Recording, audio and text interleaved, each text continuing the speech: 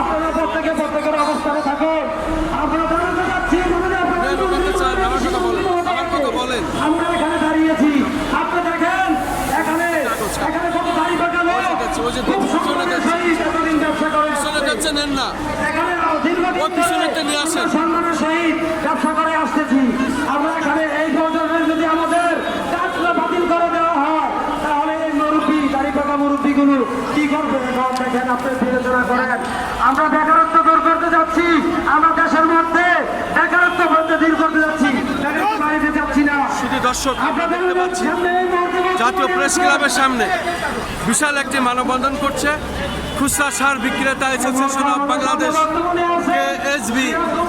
KSB তারা একটি বিশাল মানববন্ধন করছেন জাতীয় প্রেস ক্লাবের সামনে এবং আমরা দেখতে পাচ্ছি তারা তাদের দাবি আদায়ের লক্ষ্যে জাতীয় প্রেস ক্লাবের সামনে বিশালভাবে এই অবস্থানটা তারা ধরে রেখেছেন এবং সেটাই আমরা দেখতে পাচ্ছি।